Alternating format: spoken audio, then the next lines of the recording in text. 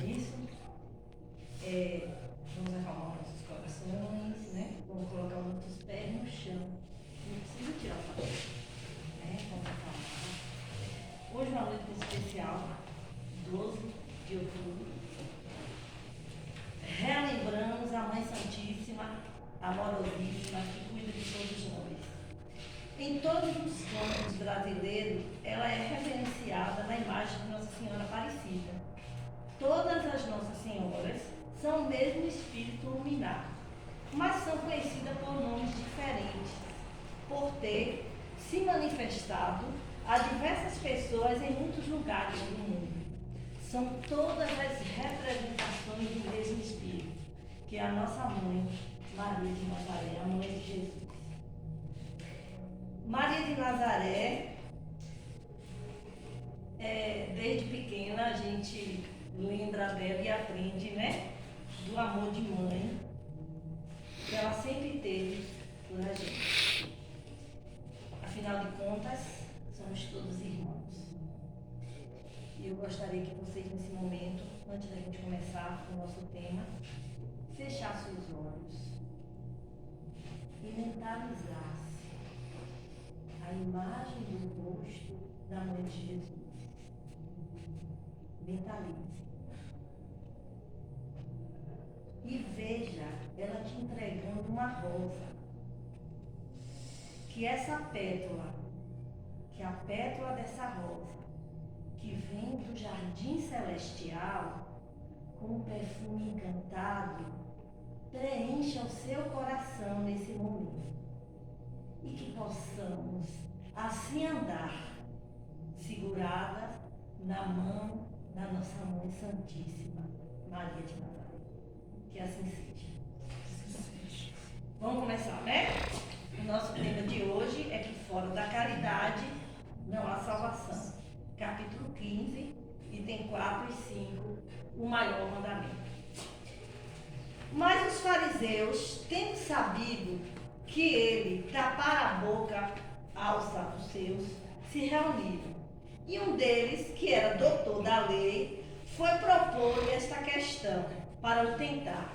Mestre, qual o grande mandamento da lei?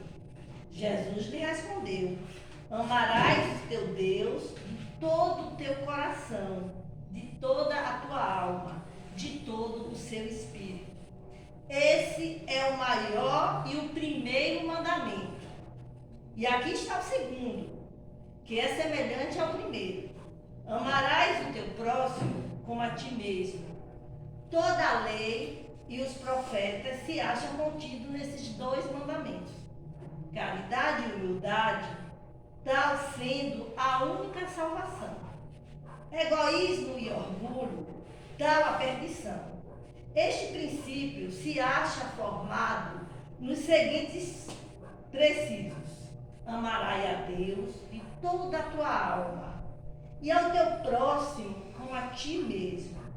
Toda a lei e os profetas se acham contidos nesses dois mandamentos.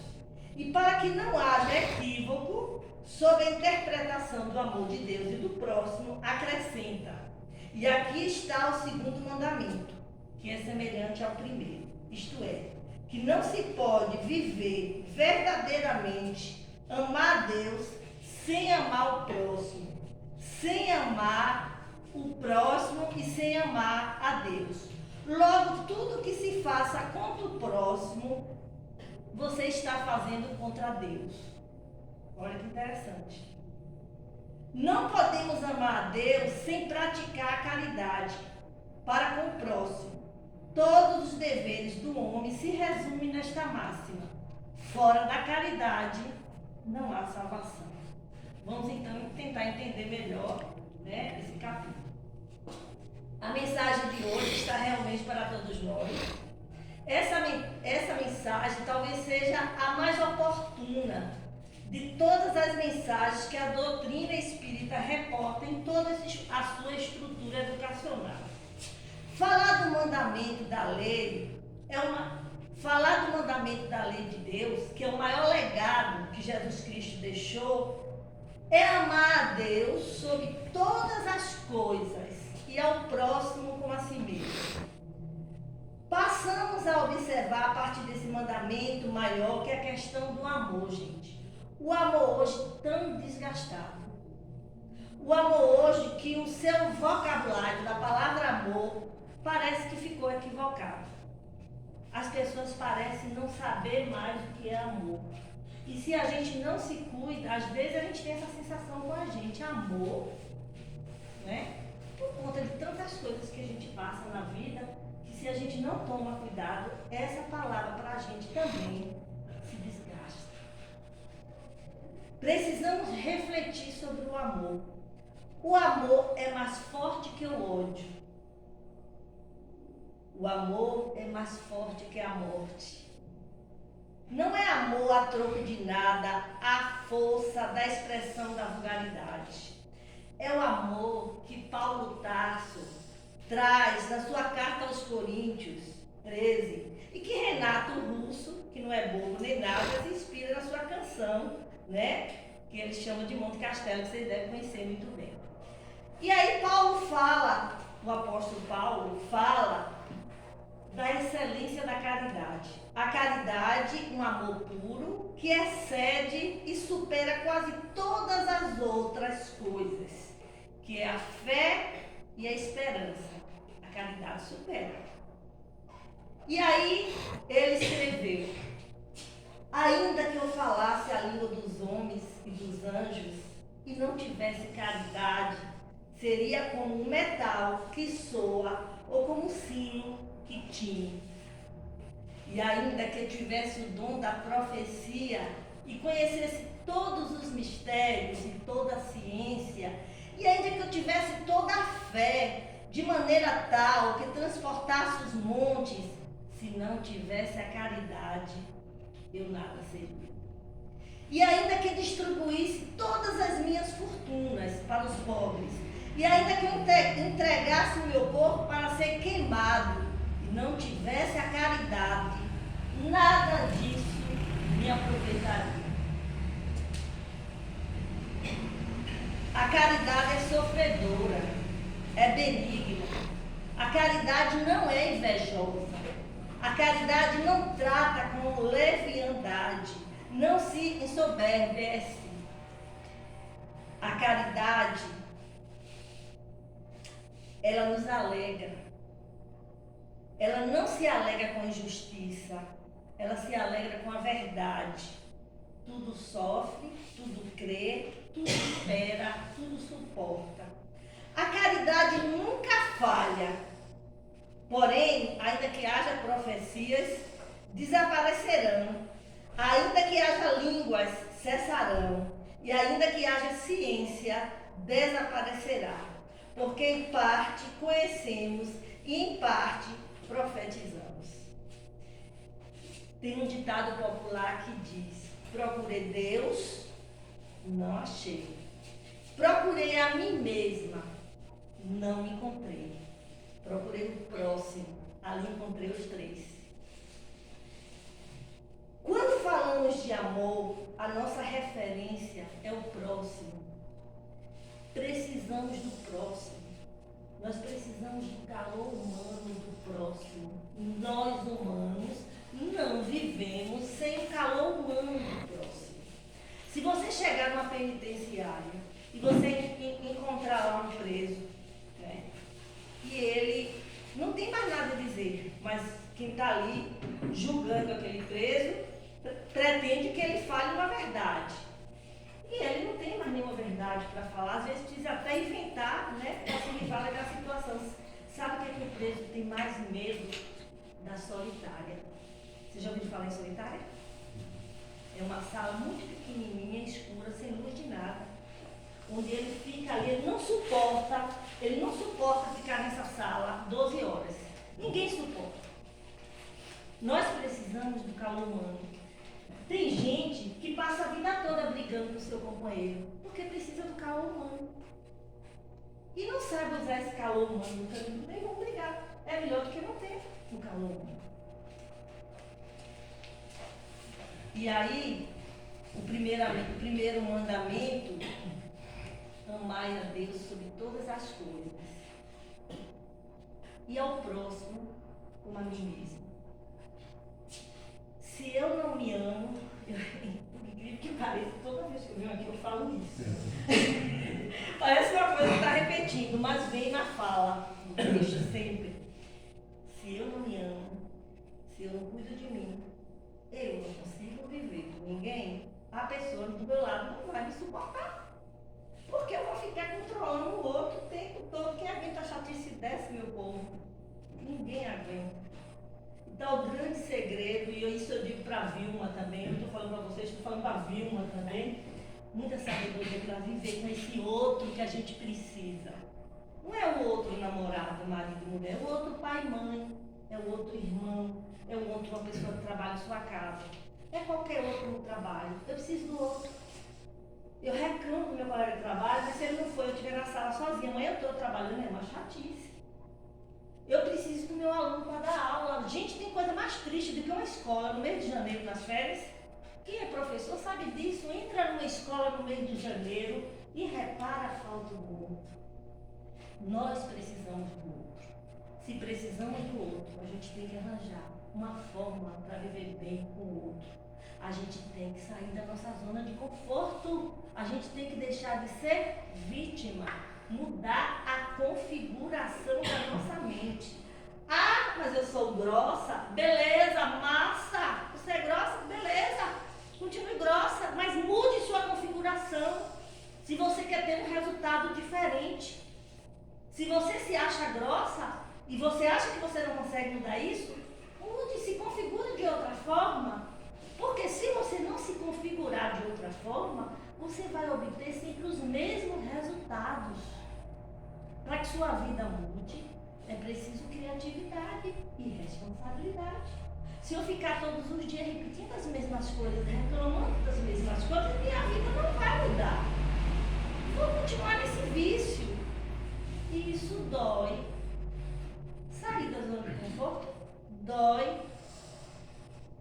E aí, isso está bem forte nas leis que Jesus deixou para a gente, que também toda vez que eu tenho na minha fala, eu tenho que voltar sempre aos 10 mandamentos da lei de Deus, e agradeço a Deus que isso serve para mim também. Como o mundo seria melhor se a gente seguisse os 10 mandamentos da lei de Deus? E eu estou aqui com a ideia, quando chegar em casa eu vou imprimir e colocar na parede do meu quarto, os 10 mandamentos da lei de Deus, para que eu fique olhando, que eu faço a minha parte. Eu não vou conseguir mudar o outro. Né? E isso, claro que não é fácil. Eu quero que o outro mude. Aquilo me angustia, né? Aquilo me dá uma angústia, porque eu queria que o outro fosse do jeito que eu queria que ele fosse, mas não é. E a gente precisa desse calor humano. Não é verdade, meu povo? A caridade, a vivência, é a prática do amor. Quando a gente fala em caridade, a gente tem a impressão que é aquela esmola que a gente às vezes dá na rua, que de uma certa forma humilha quem recebe e humilha a gente que dá também. A gente passa na rua, tem uma pessoa, eu me sinto humilhada. E imagina quem está ali, esperando uma moeda. Muito triste. Não é essa a caridade. Existe a caridade moral e a caridade física, vamos chamar assim. A moral é que a gente empreste nossos ouvidos para uma pessoa chorar. E tem salvação na vida? Ah, se eu fizer tudo isso, eu tenho salvação, eu vou para o céu ou eu vou para o inferno? Graças a Deus, nós temos as reencarnações. E a melhor reencarnação que nós temos é essa de hoje. Porque a Vilma que era ontem não é a Vilma que está aqui agora. A Marialva que estava em casa há 1h30 não é a Marialva que está aqui agora. E Jesus, ele deu isso pra gente. A gente vai e volta e não lembra. Graças a Deus que a gente não lembra. Imagina se a gente lembra o que a gente fez nas suas encarnações. Que inferno seria a nossa vida. A gente já está reclamando sem saber de nada. Imagina. Então é isso. A gente vai, a gente vem. A doutrina espírita faz isso muito bem. Se eu tenho salvação, a doutrina faz isso muito bem. Quando ela nas suas casas espíritas, elas acolhem as pessoas e não olha para quem. Quem chega chorando, quem chega angustiado, para ouvir a caridade moral, para ouvir, para acolher, para dar comida, caridade física. São tudo isso. A gente vivendo as leis de Deus, a gente buscando estudar, precisando de estudar, o caminho é a educação. A gente ouve muitos políticos falando que o caminho é educação. Eles não fazem muito para que esse caminho tenha sucesso. Então a gente tem que buscar esse caminho, inclusive na vida espiritual. Porque quando a gente vai se aprofundando nos estudos da doutrina, a gente vai percebendo a melhora que ocorre com a gente. Não é assim? E aí, lá no livro, na própria doutrina, já falei, no livro dos Espíritas 886, vocês conhecem, que é muito bem conhecido, benevolência para com todos, indulgência para com as imperfeições alheias e o perdão das ofensas. É uma pequena referência, mas com uma abrangência imensa, né? E a gente não imagina Deus sem justiça e sem amor. Justiça nada mais é do que respeitar o direito do outro. Ao respeitar o direito do outro, eu vou esbarrar nos meus deveres. E isso gera um conflito. Meus direitos, meus deveres. Assim sendo, eu não posso ser desumana com ninguém. Meus direitos, meus deveres. Não é só o outro que tem direito nem deveres.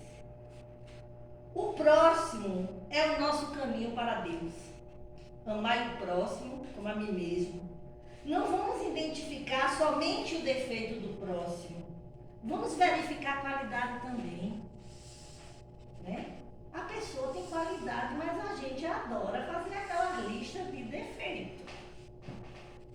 Vamos parar para olhar para o outro, a qualidade que o outro tem. Meu Deus do céu, mas a gente gosta de sofrer, a gente fica olhando só defeito. E as qualidades?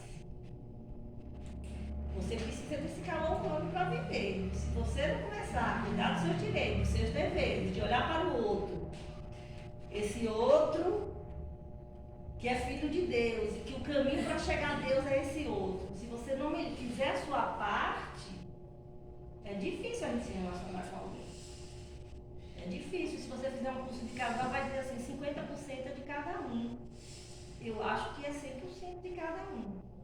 Não gosto muito dessa coisa de 50%, não, que ele fica muito com a cabeça de que eu não falei muita coisa errada. Né? É 100%. E como é difícil. Ainda bem que nós que estamos aqui nessa casa de amor, a gente consegue entender, né? Porque a pessoa entender assim, essa questão, porra, tudo é eu, desculpa o palavrão, não sei se é mas uma porrinha, né? É pecado. E aí, desculpa, gente, porque às vezes para quebrar, né? Jesus está vendo aqui que nós estamos aqui porque nós estamos precisando entender isso. Entender essa questão, que tudo parte da gente. Tudo. Não é fácil, mas parte. Quando a gente começa a mudar a configuração, porque se eu sou grossa, eu não deixo de ser grossa de uma hora para outra, mas eu mudo a minha configuração. Por tabela, tudo começa a melhorar na nossa vida. As pessoas começam a dizer até que a gente está mais bonita quando a gente muda. Diz que a pele da gente está mais bonita. Diz que a gente está mais educada. A gente fica mais atraente. Né? Olha o poder que a gente tem da nossa mudança. Pois é. A gente tem que encarar o amor como sendo lei. Amor é muito mais que afeto. Restringe a obediência a essas leis. Deus está em nós como nós estamos no outro. Afinal, não tem como separar o Criador da criatura. Assim tem regras. Quem segue as leis de Deus são eleitos e têm vitória. Os que falseiam a lei estão esmagados, cheios de problemas e não entendem por quê. E aí, eu quero dizer a vocês o seguinte: o que é preciso para ser salvo? As casas espíritas fazem isso muito bem, já falei aqui, né? Quando ela acolhe, ela acolhe quem precisa, ela faz a caridade física e moral, ela combate o orgulho, o egoísmo. Não é verbo fazer. Não se faz benevolência, se é bondoso. Não se faz indulgência, se é misericordioso. Então o verbo que a gente tem que usar na nossa vida, é o verbo ser. Caridade é verbo ser, não é verbo fazer. O que acontece quando se é caridoso? A gente não mede esforço. Quando a gente sabe que alguém está precisando dessa caridade, principalmente moral, a gente não mede esforço. E no mundo de hoje, depois da pandemia, a gente tem visto como a gente precisa dessa caridade moral. Como as pessoas estão usando. Eu estou dizendo usando porque só se fala em ansiedade e depressão. E muita gente fica numa zona de conforto, num lugar de vítima, né, que não quer sair daquele lugar, que não aceita essa mudança, né, e insiste ali naquele lugar e fica procurando remédio para isso, né, remédio para aquilo. E se começar a se parar para pensar, meu Deus, o que é que eu posso mudar? Eu posso mudar ainda mais, eu posso. Começar a estudar a doutrina, a meditação, fazer atividade física, mudar a alimentação, né? Mudar a configuração da cabeça, orar mais. As coisas vão se abrindo, vai surgindo o seu talento, que profissão eu quero para a minha vida. As coisas começam a encaixar, qual é meu dom maior? Eu tenho um dom, todos nós temos um dom. E isso só acontece quando a gente acalma o nosso coração. Enquanto eu fico só apontando para o outro, que a culpa é do outro, esse dedo aqui aponta para mim. É a questão dos direitos e dos deveres. Tudo parte da educação. Então vamos estudar o espiritismo, vamos pensar outra coisa. O modo que a gente pensa, fala e age, fala muito da gente. E aí Freud, você já ouviu falar em Freud? Freud, eu gosto dessa frase de Freud. Quanto de você existe naquilo que você odeia? Quanto de você existe naquilo que você odeia? Porque a gente age de acordo com a nossa conduta. Isso não quer dizer que eu estou aqui no centro, eu não posso ir numa festa de aniversário, não posso ir num show de um cantor que eu gosto, não é isso. É o nosso modo de ser moral na sociedade. É o meu modo de agir, é o meu modo de falar, é o meu modo de respeitar e tolerar o que o outro escolheu. Até onde vai meus direitos e meus deveres. Quando eu devo parar, porque não vale a pena discutir com determinadas pessoas. Até onde vai a minha força e a minha sabedoria, que calar é o melhor momento. O silêncio diz muito. E às vezes a gente não precisa dizer com palavras. E é isso. Por fim, meus amigos, não tem como amar a Deus se você não amar o próximo. E não tem como amar o próximo se você não se amar. Se cuide. Saia do lugar de vítima. Buscar seguir os mandamentos da lei de Deus. Isso é vida real. A gente não vive a fantasia, a gente vive vida real. O que é vida real? É a vida que eu tenho. É a família que eu tenho. Eu nasci exatamente onde eu deveria estar. Eu tenho os parentes exatamente que eu deveria ter. Eu estou exatamente agora onde eu deveria estar. E eu conversando com o nosso amigo ali, eu comentei com ele, graças a Deus que não tem uma Vilma circulando por aí. Não é? Porque eu falei que tem um conhecido meu lá em Itaberaba que parece muito com ele, mas não é ele. Graças a Deus. Porque nós somos seres singulares. Não existe uma cópia da gente nesse mundo. Não existe ninguém que pense igual a você. Não existe. E também não existe ninguém que pense errado. Não é uma coisa, é a lei da causa e do efeito. Não existe. Entenderam? Como foi duro para mim estudar isso? Né? Porque eu realmente fiz uma travessia esses dias da minha vida. E hoje eu sou grata, né? Porque é como eu conversando com Maria Alva, quem nunca sentiu dor não ama o próximo. Concorda? Quem nunca sofreu não ama o próximo. Não que Jesus seja um cara que queira que a gente viva sofrendo para encontrar o caminho. Ele não quer isso. Mas ele é tão bom que ele provoca uma tempestade na vida da gente que a gente pensa assim, nossa senhora, eu não vou passa. Tudo passa. Certo? Inclusive a nossa vida.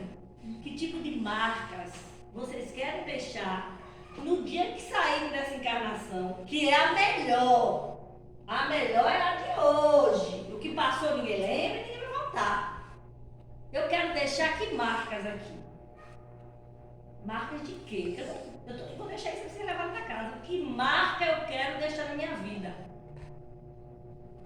Não é ninguém, não é meu parceiro, não é meu companheiro, não é meu pai, nem minha mãe que vai fazer eu deixar minhas marcas. Sou eu. Entendeu? E tem uma coisa chamada diálogo, que é algo fantástico e que resolve tudo. E não existe ignorante que não tenha capacidade de dialogar. Espera acalmar e dialogar. E respeitar as diferenças da fala de cada um. Essa vida é passageira. E eu não estou falando com vocês, eu estou falando com Vilma também. Né? Porque quando a gente chega aqui é impressionante como parece que tem alguém no ouvido da gente que muda toda a nossa pauta. Né? A gente passa um mês, Maria manda mensagem, viu que data você pode vir? Aí eu vou ver minha vida, né, com meus pais, graças a Deus, sou idosa, moro em Coité, eu aproveito, junto o útil ao agradável. Aí ela me diz, aí eu fico o mês todo estudando. Quando eu chego aqui, tem um irmão que fica... Enfim, será? Eu também sou médico. Vamos lá, meus amigos. Então, eu deixo a mensagem de hoje, nesse dia de Nossa Senhora, nossa mãe querida. Agradeço a ele. Vamos agradecer a nossa vida, a nossa saúde. E não esqueçam dessa palavrinha, caridade. O que é caridade? Eu vou falar para vocês com a linguagem do senso comum. Caridade é a capacidade que você tem de se colocar no lugar do outro. Nada de teoria de autores que eu pesquisei. Caridade é o que é que você deseja que o outro faça com você. É exatamente o que você vai fazer com o outro. Simples assim. Muito simples. Caridade moral. Não vamos jamais desamparar uma pessoa que possa bater na nossa porta chorando, sofrendo. Você não vai resolver o problema da pessoa, mas você vai tocar na mão dela, você vai ouvir, ela vai desabafar e vai seguir a caminhada dela. Claro e evidente que se a gente tem condição de ajudar para dar uma cesta, eu acho que todos nós podemos, graças a Deus, né? A gente pode até fazer mais do que isso. Quem pode, quem não pode, não tem problema também. É a vida. A gente, de uma forma ou de outra, eu sei que todo mundo ajuda alguém aqui de alguma forma. Isso aqui, né? E outra coisa também que eu estou ouvindo aqui, quem não está fazendo evangelho no lar, vamos fazer. Vamos fazer o evangelho no lar, gente. Vocês estão precisando? Escolhe um dia na semana, no mesmo horário. Não vai conversar com Jesus igual uma neurótica lá direto, não. É 10 minutos. Porque tem gente que Jesus não aguenta, é 1 hora e tanto. Na hora do evangelho. O evangelho, a gente chega, pega 10 minutos, abre a Bíblia, a hora, conversa com metade da família e pronto. Os problemas é depois do evangelho. Já está na mesa e faz uma reunião familiar. Mas na hora do evangelho, a gente precisa se dedicar, porque os nossos irmãos que estão ali, pode ter certeza que eles estão, eles também precisam sair dali e deixar que você faça a sua parte. Mudar a configuração, certo? Mudar a configuração. E aí eu encerro a nossa noite. Estou no horário, né? Tá, eu desço. Muito bem. Até 10. Eu desço. Então eu vou encerrar a nossa noite com um livro de Joana de Ângeli. Não sei se vocês conhecem, extraído do livro Amor, Imbatível Amor. Quem não conhece, é um livro maravilhoso, vale a pena, viu, gente? Mais esse livro aí. O amor é substância criadora e mantenedora do universo, constituído por essa divina. É um tesouro que quanto mais se divide, mais se multiplica e se enriquece à medida que se reparte. Mais se agiganta na razão, que mais se doa. Fixa-se com mais poder, quanto mais se irradia. Nunca morre, porque não se morre nem se enfraquece, desde que sua força resida no ato mesmo de doar-se, de tornar-se vida. Joana de Ângeli, boa noite. Obrigado pela atenção. Espero que vocês possam voltar para casa com uma palavra dessa noite. Eu frequento muito o Centro Espírita de Medrado, lá em Salvador. Medrado, ele é um palestrante que é um animador. Você conhece, né? A palestra dele é muito animada. Quem já for lá conhece, né? Ele é um palhaço, engraçado, mas ele fala coisas duras nessa forma de palestrar dele. E toda vez que eu vou lá, eu saio com uma palavra. Só uma. E que eu tento usar a semana toda. Então eu desejo que vocês tenham saído daqui também com uma palavra. E que essa palavra, na hora de colocar a cabecinha no travesseiro, ajude você, ajuda a melhorar quem mora com você, quem habita com você. Bom?